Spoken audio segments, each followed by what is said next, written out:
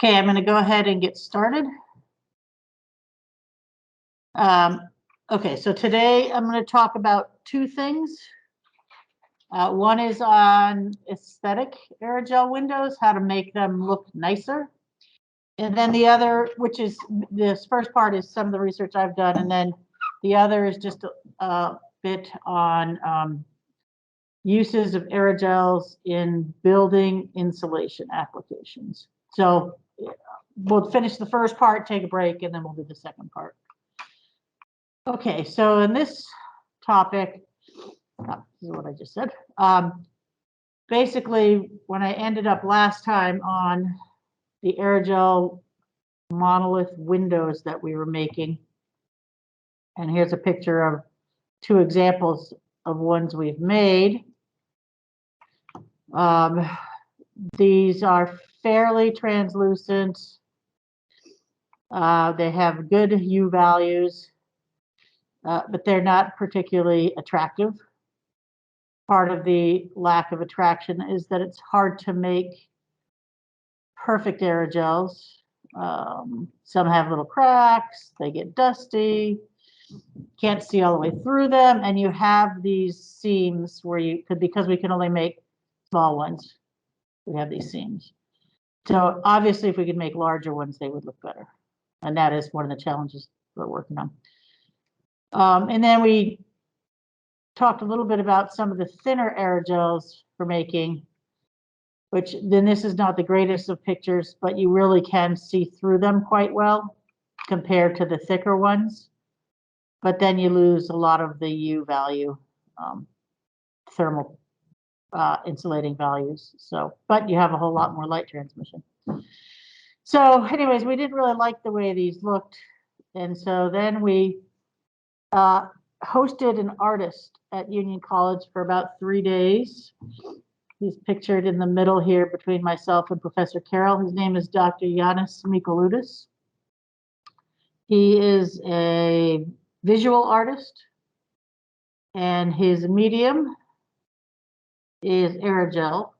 And so he makes these very interesting aerogel sculptures. And these are some examples of his aerogels that he's made. He uses a high temperature supercritical extraction method. He has a lab in Athens. So I think he's currently in Crete right now, but his lab is in Athens, and he has some videos on his webpage, which is here, how he makes them. And so he's really, really interested in aerogel materials. He likes the look of, this is a pipe, a smoking pipe. He likes how light interacts with aerogel. And so most of his sculptures are positioned such that he's got interesting light effects going on.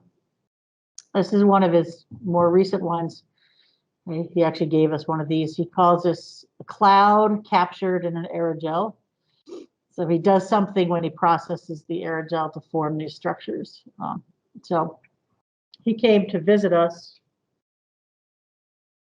He had long ago contacted us. He wanted to use our method to make a large aerogel. We said, okay. And he said, okay, how about 20 centimeters by 20 centimeters by 20 centimeters? And we said no, because we couldn't do that. But anyways, we had him come out and we met with him to talk about our process and some of the things we were doing. And he had a lot of very good input for us particularly on making the metal molds that we use to make the aerogels. He had a lot of, because he has a very complicated mold to make this pipe structure. It's very complicated. You know, to get an aerogel in this form, basically. And so he taught us a lot about how he prepares the molds and things like that. So it was good. But at the time he visited it, we had a laser engraving system. And he looked at it and he said, can we engrave or etch on an aerogel? And we said, well, I don't know. We didn't know if we could. So it was an interesting, spontaneous thing that happened with him. And if you don't know what a laser engraver or etcher is, it's kind of thing that they do it on jewelry. on metal to decorate. So basically it's a system that looks, you have a laser, and then the laser beam is directed to a laser head. And here's this head, and this head moves back and forth. So you would put something on this surface, and then you computer control your laser to move in a certain pattern. And so the laser hits areas with high levels of energy, and it causes the surface of whatever you're etching to vaporize in some way. And so people do this. Glassware sometimes is etched. People use it for jewelry, things like that. We have one, we use it as a cutter. You can also use this to cut through things like plexiglass or wood. So we use it to cut specific shapes out a lot. The etching feature was not used so much. So we had no idea if we could do this, but we thought, let's try. So we use, it's called an epilogue laser helix. It's a 50-watt CO2 cutter. So it's cutting it with, the light is at a wavelength of 10.6 micrometers. And we used it to etch the aerogels. We operated it with the laser cutter. You can vary the speed, and that's the speed at which this head moves around. And you can vary the power. And so the way you do that is you set it somewhere between 0 and 100%. And so, for example, the 50% power would have been 25 watts. And we cut in raster mode, and raster mode is like a printer, an inkjet printer, it just goes back and forth, right? There's two modes. Raster is you move the head back and forth. Vector is you would cut out in a specific shape. So we use raster mode. And you have to, typically when you use a laser etcher, you need to focus on the material so that the beam hits correctly onto that material. It's a little hard to do with aerogel because it doesn't see it, so we have to be careful about how you do that. And so we discovered that, in fact, we could etch on an aerogel, and this is the first time anyone has ever done this that we could find. And here are some examples of etching. So when you etch, it results in damage right on the surface of the aerogel. And you can see that this is Iana Spicolotus's name. This is a close-up of the D, so you can see what's happening. And then this is a side view. This is the top of the aerogel, and you can see the depth, and in this case, it's about 2 millimeters that the damage occurs. So it results in surface damage to the aerogel, but does not result in overall structural damage to the aerogel. So the rest of the aerogel is fine. Where the surface has been etched, it appears white due to scattering by the surface. And in spaces not etched, one can see through the aerogel to the surface below. And the side view gives us depth. And so what's happening is the silica has been ablated from the surface, roughened up basically. And it also I'll show you some evidence so we know that it's melting. So it just leaves a rougher surface and results in additional scattering. So we were just, this first time anyone had done this, would not have happened if we hadn't been working with an artist who saw the laser engraver and said, can we do this? He's very interested in this because, again, he's an artist and he wants to look at the way doing this to an aerogel interacts with light. So then we thought, can we do a photograph? Could we etch a photograph on an aerogel? And so this is the original photograph, and we etched it onto an aerogel.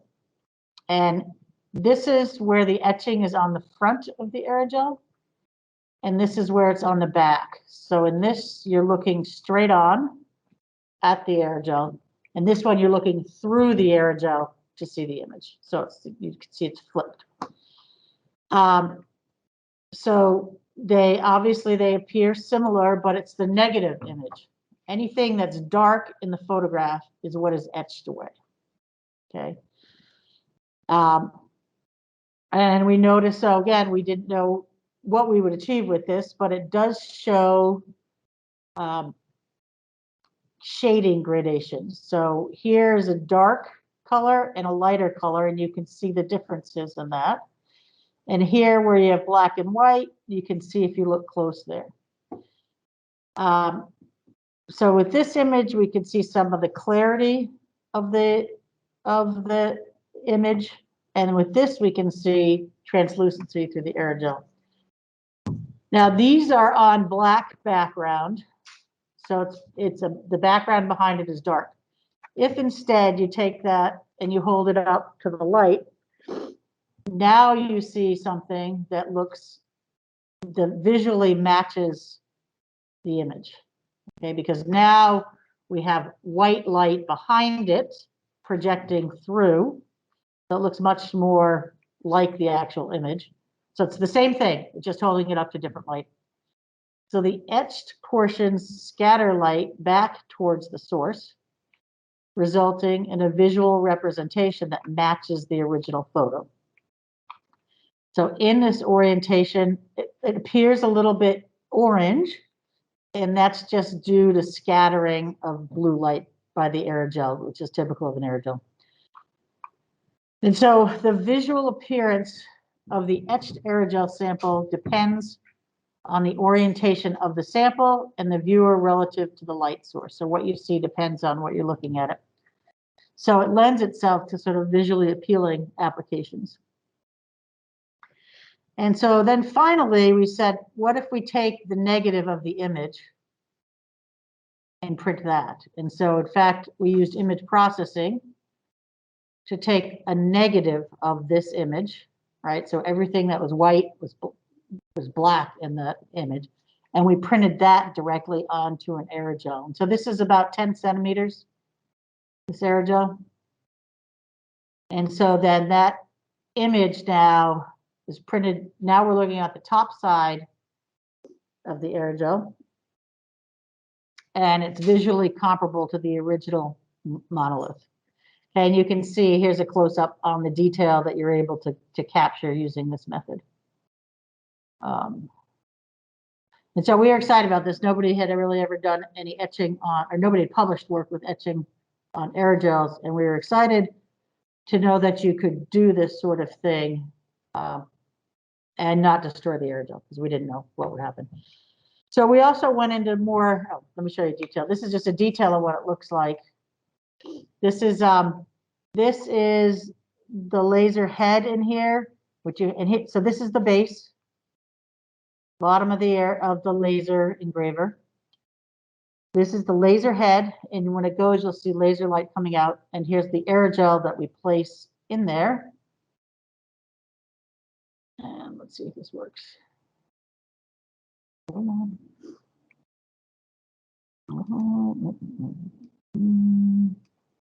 going to see if I can get it to work in the other, because it's pretty cool, actually. It's weird because it looked at my computer.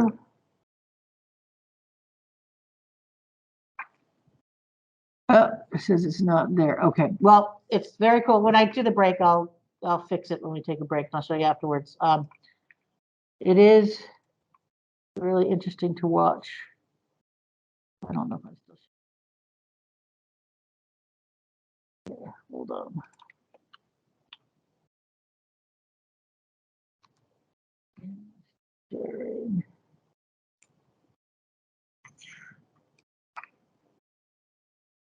Okay.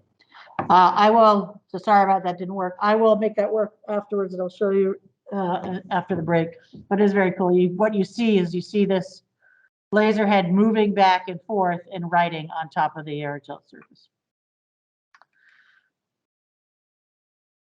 Okay. So we were able to etch onto aerogels with a variety of both dense and sparse patterns. So over here is a very dense pattern. It's almost white because almost the whole entire surface is covered with aerogel. We can print patterns on, in this case, we're printing on the top and the bottom of the aerogel. And again, we only see damage at the etched surface, it doesn't penetrate. Again, obviously that's a function of your laser settings. You could set them such that you could damage the whole thing. But the point is we can set them so that we don't damage the whole thing. You maintain the aerogel structure, but you are able to make these interesting patterns on them. So we did some scanning electron microscope imaging of these to look at what that surface looks like, because we had no idea what, is it melting? Is it just ablating it, as in roughening it up by removing the material? And so here's an image this is a 20 micron scale bar. And so it kind of looks like, we could say it's like a pattern you'd see on a leaf with the veins, how they come out in some way. So you see, this is an area that had been hit by the laser.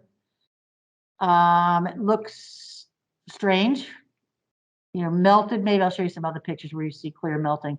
And that is compared to this image over here, where the scale bar is at 1 micron.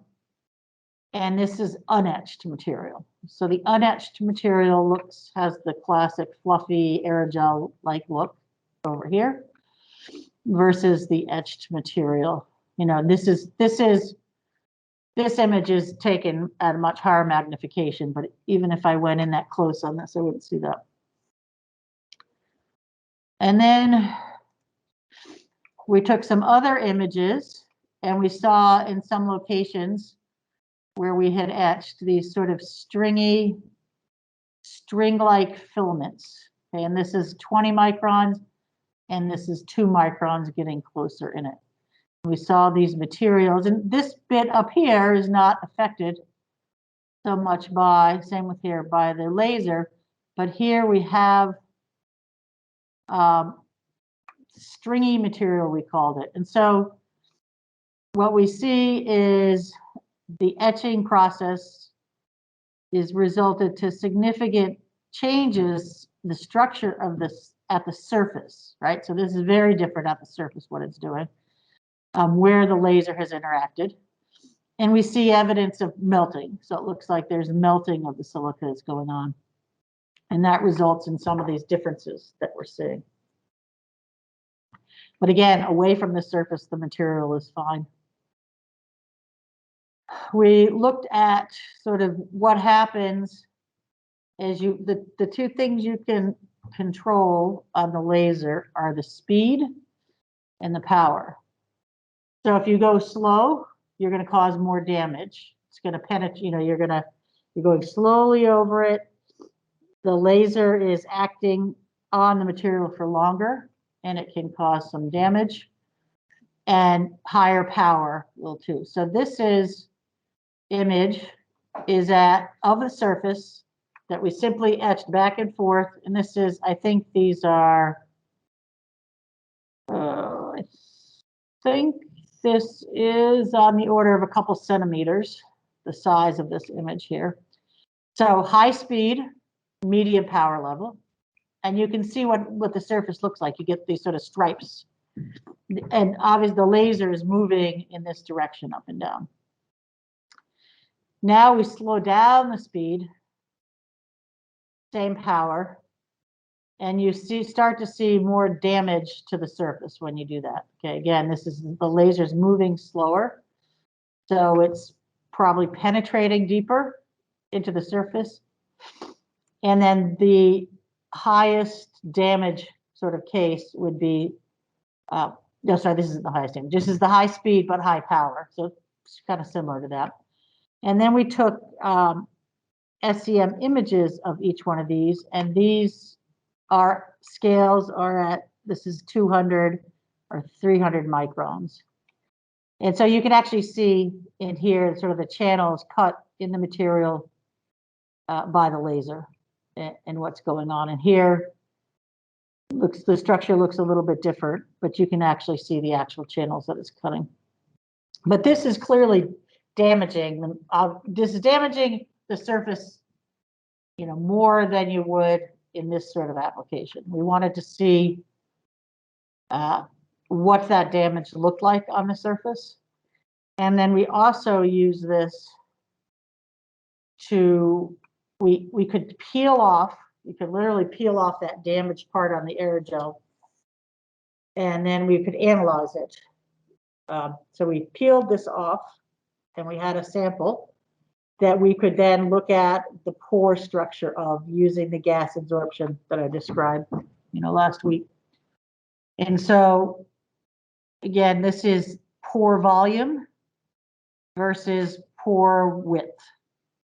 And the blue is the unetched material, silica aerogel, with an average pore diameter around 20. I've showed you several of these. They're always somewhere 15 to 20.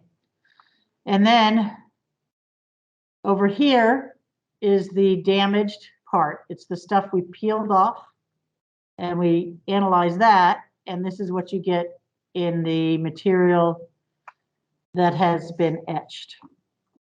And so there's evidence of larger average pore diameter after you etch. Right, so there's a little bit less volume, but the peak is at a larger size. And there's also decrease in surface area. So we look at the surface area. The unetched material is about 520 meters squared per gram, and we get down as low as 390, 400 in the etched material. The interesting thing about this is basically melting. We're melting the aerogel, but when you heat treat an aerogel, you get pore collapse, and you tend to get smaller pores. In this thing, we're getting larger pores, and we don't know why. I mean, we're melting it. We're not heating it uniformly. We're cutting through it. Somehow that's creating larger pores on that. But again, emphasizing that the unetched part is just fine. And then we wanted to look at a single pulse, so you can set the laser up to just hit the surface with a single pulse. And so we created an image that, when you use the laser etcher, you create an image in an image processing program. It's just like a printer, and you say print on the whatever you want to print on. And so we created a light gray sparse image to etch an aerogel. This is in raster mode at 100% speed and 55% power. And this is wide view or low magnification of the surface. So this is the aerogel, and these are the little pulses. And this thing printed in this direction. It's going up, so that's why you see they're not perfectly cylindrical. So it's moving and pulsing. It's moving, pulse, pulse, pulse, pulse. It's a single pulse. And then if you go in, so this image, this is the etched aerogel surface. That's 723 times magnification. There's a distinct dimpled pattern. So clearly material has been removed from the surface, right? The ablation, vaporization, melting, whatever's happening. And then here at about 1,000 times magnification is an image of a single pulse. And the scale bar here is 20 microns. And then here we can see the structural changes even closer in. This is at a magnification of about 6,000. We're looking closer in on this to see kind of the melting that we're seeing on the aerogel surface. And then finally, on the laser cutting, we can also use it to cut the aerogels. That's how we actually cut the aerogels, to make the window monoliths. So this is just an example of, here's a piece of aerogel. We're cutting it at 100% power, which is 50 watts, and decreasing the laser speed. So as the laser goes slower and slower, it cuts deeper through the material. So decreasing laser speed here. And so you can get the settings so that you can cut all the way through. And in fact, that's what we did. There's some having to play around with those settings to get a better surface. One of the things we found is this is looking at the cut edge. So the bottom of the where you on the laser cutter where you play the platform where you place the aerogel, it's kind of a dirty mess, and when you cut on that, you get a mess on the thing. You can get sort of discoloration that occurs on the aerogel. But so we use if we do it on stainless steel sheet, it eliminates the discoloration, but you still end up with a surface, right, that has been cut away. It's not like the original, it doesn't look like this surface, the original aerogel surface. And this leads to when we put our aerogels together like this, you can see that. That's the surface. So it's not a perfect surface. We have to cut it away. So it leads to that. Okay. So that was sort of some of the things we learned with the laser cutting, that we could do something. Maybe we could use the etching on the aerogels and I'll show you examples of those. But to change the surface of an aerogel, maybe make it look a little nicer, hide features we don't like, etc. And then the other thing we did is we investigated the use of dyed aerogels. We have this vision of making a stained glass aerogel window, right? So you make the aerogels different colors and you join them. So we investigated a number of different dyes. Okay. One of the difficulties with our challenges with our process is the dye has to be able to survive high temperature, and not all dyes can. So we looked at these three dyes: rhodamine 6G, which is an orange color, rhodamine B, which is a pink color, and fluorescein, which is a yellow color. We had actually worked with one of the rhodamines and fluorescein before in a sensor application, so we knew they would work. And so we added the dye to the methanol that we use in the precursor recipe. And we just added in the chemicals like we normally make them. And so these dyes we chose, again, the fluorescein's yellow. It has a melting point of 315 degrees C, which doesn't mean it's its decomposition temperature. We were looking for things that had a relatively high melting point, hoping that they wouldn't decompose. Chemical structure is shown here. Rhodamine 6G, orange, the melting point of 290 degrees C, and rhodamine B, pink, the melting point of 210. We heat up to about 230, 40 degrees C. So that's right at the edge there. So what we did is we started with small little aerogel pieces. These are probably a centimeter in diameter. And we were able to make yellow. So the top here is what the solution, the chemical solution looks like. These may be gelled before processing in the hot press for supercritical extraction. These are what they look like, and we prepared samples with different levels or different amounts of dye in each one. And so what we found is that obviously higher concentrations of dyes resulted in more deeply colored aerogels. So the resulting aerogels are shown here. I should point out, if you look at this picture, that's the highest concentration. That actually corresponds to these aerogels. They're not in order. They're in the order of the pictures that we had. So you can see here's the fluorescein. We can get a deeper yellow, a medium yellow, a very light yellow. We can, with the rhodamine B, we can get a pink, a deep pink, a medium pink, and an almost light pink. And then the rhodamine 6G, we get a very dark orange, kind of a medium orange, and light orange. And so you have different levels of translucency with these things, depending on how much of the dye you put in it. We tried about 8 other dyes that didn't work. And this is an example of one. This is brilliant blue.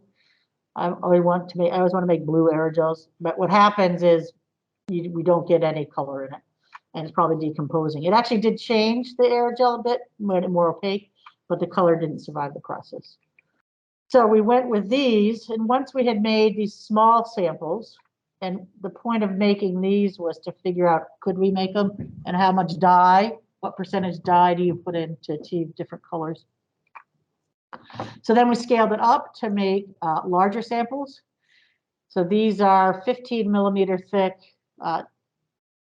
10 by 10 samples of aerogel. And again, fluorescein, rhodamine 6G, and rhodamine B.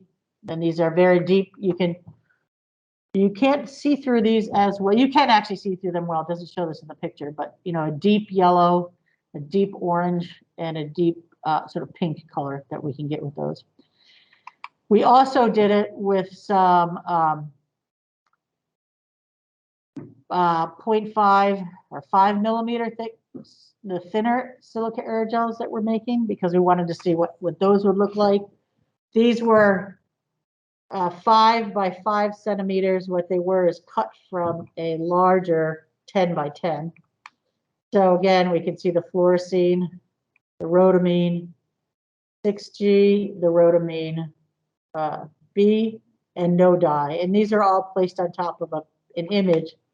So there's a piece of white paper with this image behind it. That image is not on the aerogels. And you can see the nice colors and the nice translucency that we get with this. What you can also see is these aerogels were laser cut. They originally started in a larger piece, and then we cut it up. And what we get around the edges, particularly of the fluorescein, is bleaching. You can see where it's white here. Okay, when you use the laser to cut through it, you destroy some of the dye. Not so much with the rhodamine B. We don't see as much there, but we definitely see it with those. So we did make what we think is a little bit nicer looking window. This sort of is a demonstration. This is a 20 by 20 by about 1.1 centimeter overall little window sample. The aerogels themselves were 5 millimeters, but then we have 2 pieces of glass. So basically we use this to show the improvements you can get. You can have dyed aerogels. So these are clear aerogels. These are the fluorescein. And this is one of the rhodamines. And so we've changed in this, I'll show you another picture on the next page. You can see the colors better.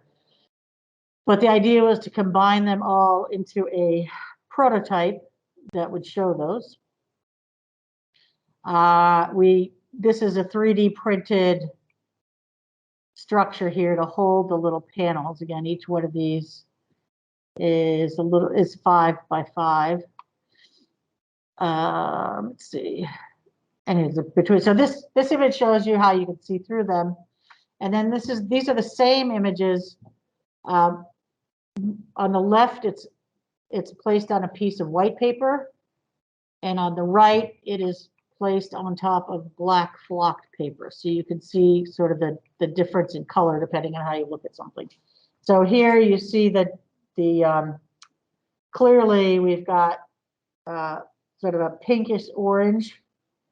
These are clear, and these are the fluorescein, and they're slightly different concentrations of dyes that you can see on that. And so we've also added some features of etching on these materials. Okay, so some numbers and things. And then when you put it on black, the colors look a little bit different. But the idea is, could we use something like this to make a more attractive sort of window prototype? We haven't tested this or anything for its thermal ability, but we wanted to demonstrate that we could make a more aesthetic aerogel window. Yeah, again, the idea is to use the colors or the etching to mask some of the things that detract from the aerogel. Okay, and then the other thing we tried, and here is going towards our stained glass idea, is mosaic style windows. And so what we do with these is we take, so this is one of the rhodamine samples, and we use the laser cutter to etch this pattern on it. Okay, so not etch, to cut. So the laser cutter is cutting through in a pattern that we have decided on ahead of time. So that's a picture of the laser cutter. After we cut it, we then separate the pieces. Okay, and this is a different one of the other rhodamine, the pinker one. And we can separate the pieces, and then we can reassemble pieces from different dyed aerogels in sort of a mosaic pattern is what we want. And this is just laid gently. It's got to be pushed together because you can see you have these seams here. But the idea is that the seams between pieces and irregularities in color or pattern can be viewed as design features rather than flaws. Okay, so when you're looking through a mosaic or a stained glass style window, you don't expect to have an undistorted view. So could you make some interesting stained glass effect that is very thermally insulating, and in that way you don't care, again, you don't care about some of the things you would in a vision glass to be perfect. You can get kind of a nice effect on that. And then another example, these ones are from, and these pictures are a little fuzzy. This is from this one back here is made from the 15 millimeter thick materials. And now we did the 5 millimeter thick aerogels, another idea of that. And so the idea is to combine etching and dyed aerogels onto one, in one effect. Okay, and again, we do have more bleaching that occurs. Again, you can see some bleaching here, especially on the fluorescein dyes when you do this. But these are all separate pieces that were made separately, so they were etched on and they were dyed and then reassembled. And so you can change the etching and cutting parameters to minimize bleaching, or it can just be viewed as part of the design. Another one we did. So sort of in summary on the aesthetic aerogel windows is the whole idea is, you know, when we mix the precursor chemicals to make an aerogel, we can add these different dyes to the material. We would mix up the chemical recipe, pour it into the mold, and this is the mold we use in the hot press. Put it in the hot press, perform rapid supercritical extraction. Outside of that, when you finish it, and believe it or not, there's an aerogel in there. It's a clear aerogel, not dyed. Can't really see it, but you can do different things to it. I talked about heat treatment the other day with the aerogel, so you can heat treat it to make them clear if you want. You can etch on them to get these sort of interesting patterns, and you can dye them if you make them dye to form designs. So that's kind of our idea of things you could do to make more aesthetic aerogel windows. Aerogels in building insulation, just some of the applications. This is not a major focus of my own research. I've had done a little bit with it, but I thought it would be an area of interest. So a little bit on the need, and these are statistics from the United States, but I'm sure they're similar in Europe. In the United States, building sector accounts for about 76% of electricity use and 40% of all US primary energy use and associated greenhouse gas emissions. And so if you look at the major areas of energy consumption in buildings, heating, ventilation, and air conditioning total 35%, with the rest being in lighting, appliances, and other areas. So And I quickly looked at stats for Europe. It's similar. It is a big energy drain. And this is from, these are statistics in the United States. We have a Department of Energy, and they put these things out. The website, energy.gov. Sure, there's a similar one in Italian. But my English is better than my Italian, so I could understand these numbers better. But here's back in, this is, 2014. These are quads, or quadrillion BTUs, and that's the unit that we use crazily in the United States. But the point is here, you can look at heating, cooling, and ventilation, just how large those are. And so, okay. So when you talk about buildings, all right, we can talk about the building envelope, which consists of the envelope around the building, right? The walls, the foundation, the roof, the windows is all part of the building envelope. And so the insulating properties of the building envelope and the construction quality control, obviously, how heat and moisture flow into or out of the building. The color of the building also, and other optical properties, governs how solar energy is reflected and radiated from the building. So about 50%, according to energy.gov, 50% of the heating load in residential buildings results from flows through walls, foundations, and the roof. And then windows bring in the sunlight and the sun's energy, and much of the residential cooling results from window heat gain. So here again, these are the crazy units that we use in the United States, but it's the relative thing. You can just see that where it's all happening with heating, roofs, walls, foundations, infiltration, right? Not having good sealing, windows, and then there's this huge cooling load associated with solar heat gain. So thermal insulation is something that could be done to improve the energy efficiency of buildings. And one easy way to do that is just have thicker insulation. Put more of it and you'll insulate better.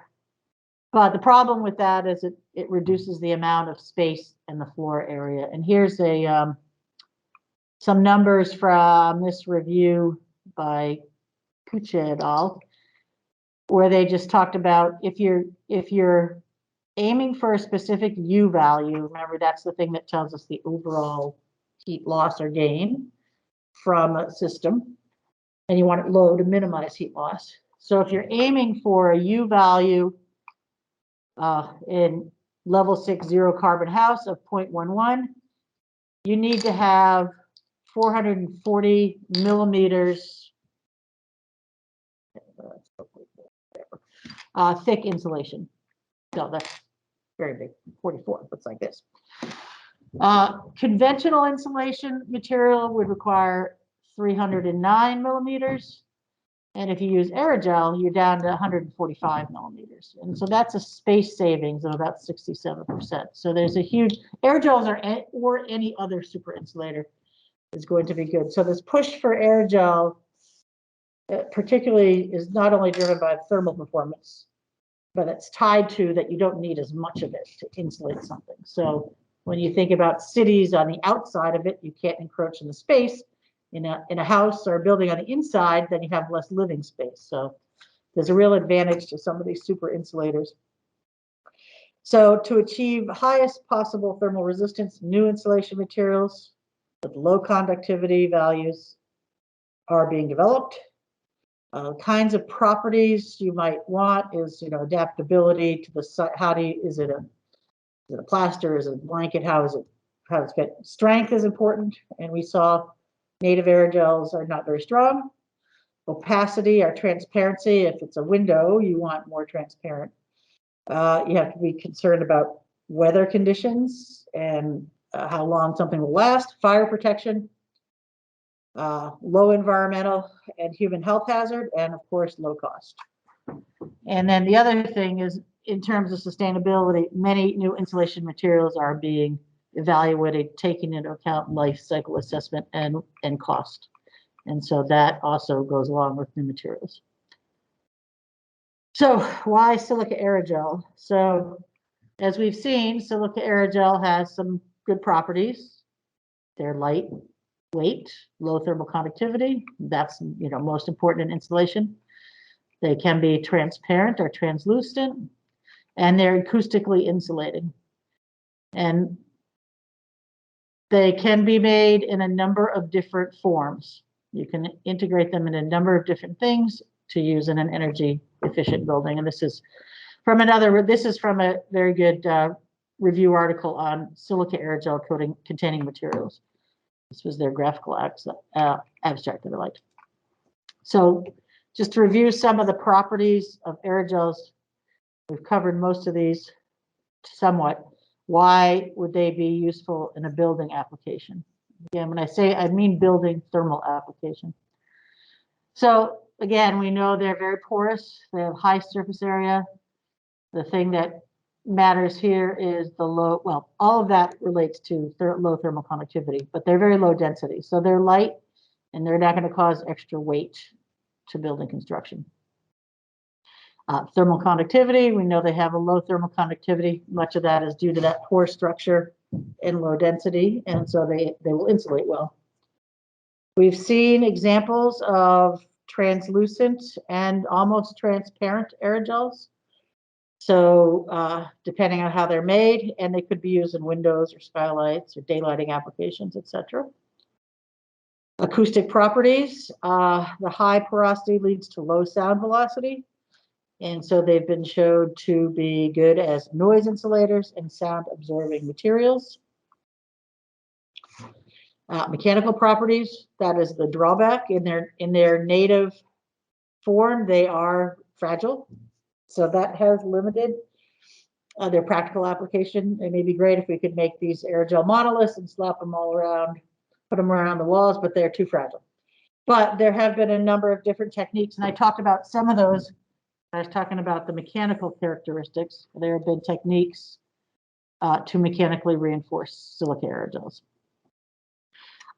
Silica aerogels also show some other advantageous properties. They're not flammable, they're not toxic, and easy to dispose of compared to other insulating products, at least that's the thought. And then the other property, again, I talked about this space-saving effect is really important in a building application. Okay, so I would talk a little bit about the different, so what I'm going to do is talk about the different forms of aerogel insulation and show some examples basically where people have used some of these in practical applications.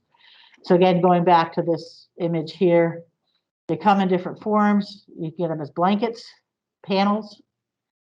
We've already talked about granules. They come as those. People make cement, mortars, plasters, renders. There's an application where somebody's putting aerogel in wallpaper. And then finally, windows, which we've already covered, but those are an important part of the building envelope, is the windows.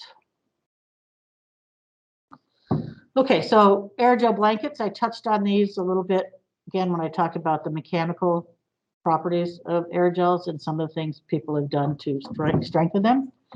So probably the most widely used aerogel product out there is the aerogel blanket. So it consists of a fiber fleece made from organic and inorganic fibers into which the aerogel is embedded. And here's a schematic from this paper on, you can either, they're showing in this case, you can take your sol before it gels, you can add fibers, dry it, and it has the dried gel in it. And I showed you an example of crushing an aerogel where we had done something like that. Or you can make these layers of fibers or multiple layers of fibers, and you pour your sol gel right onto that and dry it. So these are a lot stronger than the native silica or just the regular silica aerogel, and they are flexible. You can bend them. They are dusty.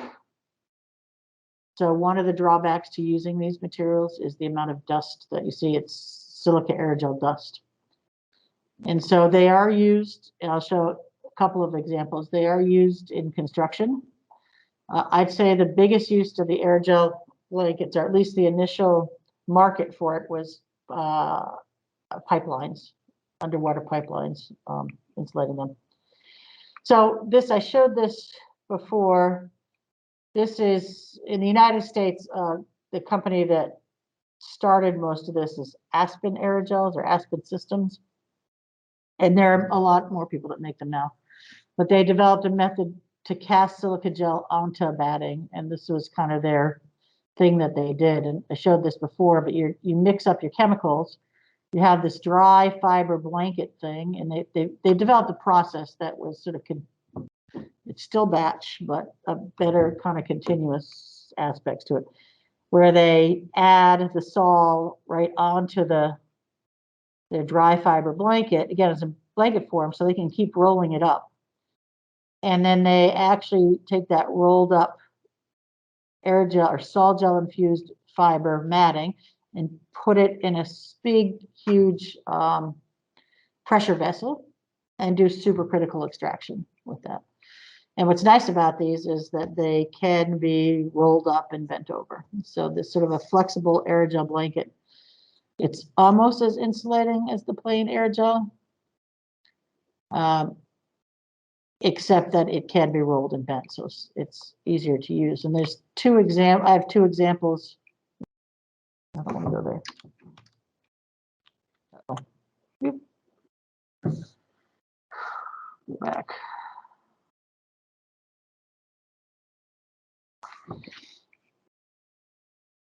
Well,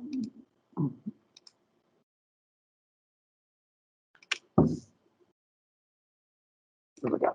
Okay. So these are just two examples they sell in the United States. One is a product called Thermal Wrap by Cabot. It is, they produce it 3.5 to 8 millimeters thick. Not every dimension in there. It's produced by Cabot. It's flexible and it's considered dust free. They do something a little different. They have a coating. It's used as a translucent fabric. You can, this is not the greatest picture, but it's a little bit translucent, used for daylighting and acoustic damping. And they claim a thermal conductivity of 23 milliwatts per meter Kelvin. Aspen Aerogel produces Space Loft. They also produce a number of products that go to high temperature. They sell it in 5 or 10 millimeter thick flexible aerogel composite blankets. Again, it's designed, this one is designed for insulating buildings and apparel. They have other ones for other applications. They claim a thermal conductivity of 14 milliwatts per meter Kelvin, which is pretty much what silica aerogel is. So I don't know if I believe that, but anyways, that's what they call. They're low thermal conductivity, I think, is the thing to take away. And you can see they roll up in these materials. They're flexible and they're easy to use. I have not worked with this material.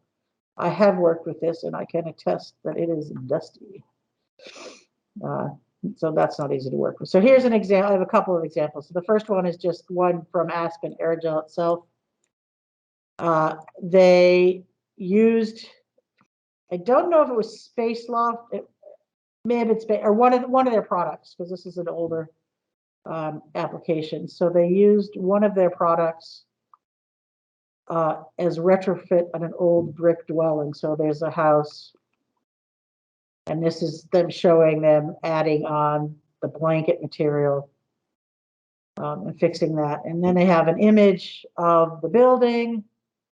And so on the top, all of the studs, you can still see them, were insulated with a thin layer of aerogel insulation where the ground floor was not. And so the imaging, wherever it's bright, right, is showing it's hotter. This is a picture from the outside. So there's some thermal bridging. You could still see a little bit evidence of the studs here, but not as clearly as you can on the bottom. So that was one of their first things that they came out with. Another example from an academic study was that there's a test house.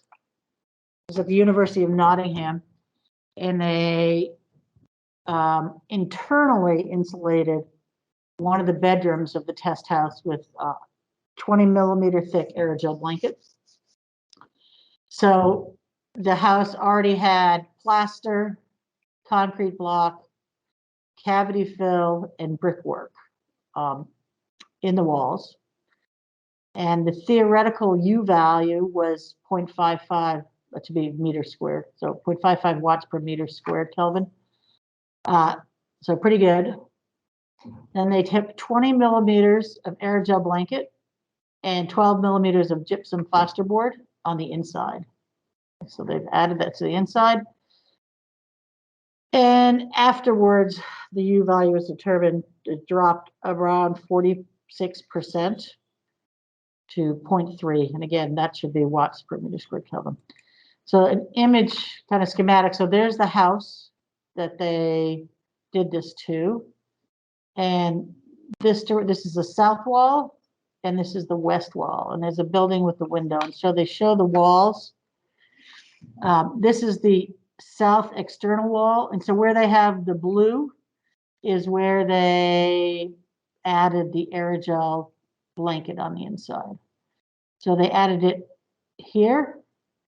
They did it on the west external wall, and then they did it on a cupboard inside. And the internal wall was inside, so they did that. And this shows some of the sort of instrumentation they used to study what was going on with this. And they too, like everybody else, took these thermal imaging camera data of the post retrofit case. And so you can see, so here's the corner of the house. It's only this part of the house that has been insulated with the blanket compared to what's going on in other parts of the house. So you can see it really minimizes the thermal bridging in this building. Okay. And again, what I'm pointing out is the purple here versus the more orangey, indicating higher temperatures and some bridging going on. Thermal bridging meaning there's heat loss there. Oh, I thought I had something else on that. I think I did. Hold on. One of the other things they did is they had a nice, I must have lost that. They had a nice study where they showed the increase when you look at the thickness of the insulation you need to achieve this sort of reduction. And again, it showed how using aerogel, and it isn't just aerogel, and it's using something with the low conductivity like aerogel, allows you to not have as big an impact, right? They're already taking space away from the inside of this room. So to achieve what they achieved with the aerogel, they would have had to have a much thicker layer of a different type of insulation. Okay, so that's some examples of the aerogel blankets. They also make panel boards, aerogel boards or panels, and they're different. They're stiffer than the blankets. And so they're either formed by bonding multiple blankets together or by binding aerogel granular material into boards. And so, but what happened with the addition of glue, the thermal conductivity increases in comparison to the aerogel blankets. So they can be used also as insulators. There's new product, a company called Aerogel Technologies now produces these polyimide aerogel panels. I showed an example that I talked about strengthening aerogels. And so this is a different chemical process. There's different chemistry. They're filling the silica aerogel with this polymer when they make it. And you don't get anything translucent. You get something that looks like this. They're opaque. You know, they have a range of products from 0.06 to 0.5 grams per centimeter cube. The 0.06 is sort of what a silica aerogel is, and that product has very little polyimide in it, so it's not particularly strong. They're giving the range of what they make. They claim thermal conductivity is as low as 20 milliwatts per meter Kelvin, so good, low. good sound loss, and they can operate at high temperatures. So this is a fairly new product that's out there, but I don't have any examples of them in building insulation with those. Aerogels can come in granular form, and so there have been some studies looking at, and again, here's a picture of the granulars. They're like a powder. You could use them in double walls, that are filled with loose aerogel granules. So here's an image. This is a study. There's an air cavity between this wall that is shown here. This is from there's a fair amount of work looking at aerogels, particularly in historic buildings, because you can do a lot. Because especially with the historic buildings, you don't want to change the way they look. So there's a lot. The aerogel insulating offers some advantages there. So the idea here is you could fill this space with those granular aerogels. That could be a problem because, again, these are dusty. You have to make sure that they are they don't get out, sort of thing. So that's sort of a problem. But this actually was not, this particular study here was not granulars. They took pieces of aerogel blanket and stuffed it in the cavity. And so they were looking at doing something with that. More frequently seen is using the aerogel granulars to combine them into an inorganic binder system, a cement or a plaster or a render. And that is seen more people are working on things like that.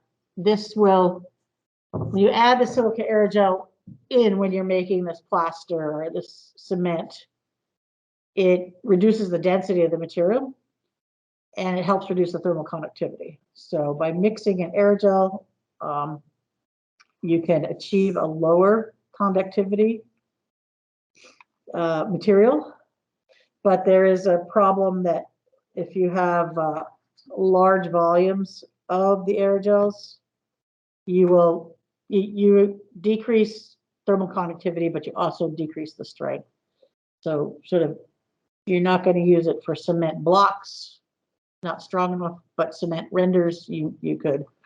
So, and again, there's a nice reference on the historic buildings. The aerogel renders are nice for those because you can vary the thickness of it as you put it on as you need to maintain the initial look, or you don't want to change the look of something, you can use those. So there's some work in that area. And this is an example of aerogel.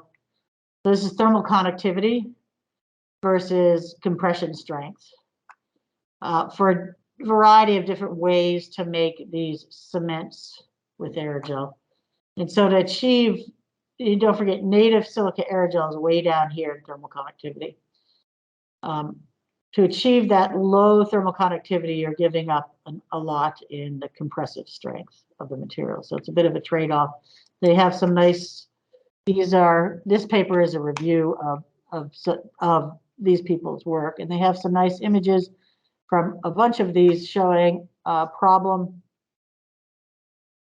One of the problems is that you get these gaps. So here you see an aerogel and you see the concrete, and you're getting gaps between the aerogel and the matrix. And that's really what's causing the issue with the strength of the aerogel. It's true in a number of different cases. These aerogels they're using are hydrophobic. The granular aerogels are all hydrophobic, so it's probably related to that. They can be used in mortars, and you see the same effect here. This is thermal conductivity versus volume of aerogel, and this is compressive strength versus volume of aerogel. You're seeing the same thing here. None of this is not surprising. This is what you would expect to see. The more aerogel, the lower the conductivity, but there's a trade-off in that strength as to what you can take with that. Not surprising, but there's been a lot of good work at trying to reduce those. This is an example of a aerogel rendering. This is an existing building in France. And so they particularly talked about the thickness of the layer as a major issue, especially in cities, right? You can't encroach on too much. So this is they don't describe it in much detail other than they say that it's a light mortar, and they've added hydrophobic silica aerogel, or either granules or powders they added in. Looks like this. So this is an example of the building ahead of time.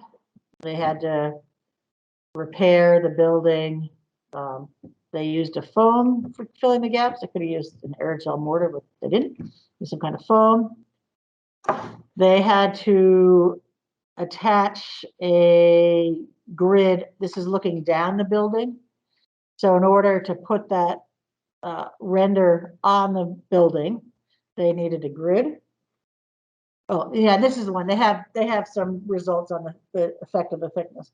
And so they did 6 centimeters of the aerogel-based rendering applied to the whole face of the building. I don't have it's a pretty big building. And here are their results. This is the original concrete wall. And here is the thermal, and the scale is the same on all these. Here is the image, the thermal, and you can clearly see, and where it's white, it's the highest temperature. So you can clearly see the shapes of the concrete wall. Then they used 6 centimeters of conventional insulation rendering, what they would normally use. And obviously they've improved it quite a bit, but you still see thermal bridging on the surface of that building. And then at the bottom, they use 6 centimeters of the aerogel-based rendering. And here, again, thermal imaging, much lower time. You can still see faintly the lines of the concrete brick, but much better. So they were able to do a much better job by including the aerogel. And again, there weren't very many details about the aerogel rendering itself, other than they added it in there. And then these are the ones there. They did a study on the comparison of the thickness required to retrofit an exterior envelope from an original U value of 6.4 down. They wanted to get down to, so 6.4 is quite high. Windows are like that, but they wanted to get down to 0.4. And so they could do this with the aerogel rendering of 6.7 centimeters. That aerogel in plaster ended up with a pretty low thermal conductivity. That's quite good, 0.027 watts per meter K, or 27 milliwatts per meter K, quite good. Versus using glass wool, polystyrene, couple of different, and 3 different choices of insulating plaster, right? So this one with the highest thermal conductivity would require 27 centimeters to achieve the same thing. So again, this is sort of highlighting the advantage of any super insulator. It's all related to the thermal conductivity. That's basically what it is. But if you can achieve forms of building insulation materials that incorporate aerogel into them, you can really lower the impact that you're going to have on the space overall due to the aerogel. And they did some actual measurements. I think this was done sometime later after they had retrofitted it. And the original wall, this just gives you the U value over it. So U, again, depends on the materials and the climate around you, how windy, whatever it is. And so these are the original values. This is a conventional insulating plaster, and these are the U values they achieved with the aerogel insulation. So they not only sort of predicted some, they actually went made some measurements about what they could achieve with that rendering. And this is, I just include this as I thought this was interesting. Somebody developed an aerogel impregnated textile layer. So you can put aerogel into your wallpaper. The trick to it was being able to tension the whole system right and put the aerogel material on it. But I thought that was an interesting, different thing where aerogels are used. And then finally, the very last thing, I'm going to let you go early today. Aerogel windows. Again, we talked about windows. Windows are a part of the building envelope. And so using aerogels in windows is another way to reduce the energy loss or energy uses. So, and again, we talked about translucent aerogels. This is from the outside. This is from the internal view. It's from a paper by Professor Buratti. Some nice images. Granular aerogels, very insulating, opaque, but they bring in the light. So that's another part. I just have this again because aerogel windows are part of the building envelope, and this is where they can use it. And then I talked about last time also the monolithic aerogels. But that is all I have. So I'm letting you guys go early. Questions?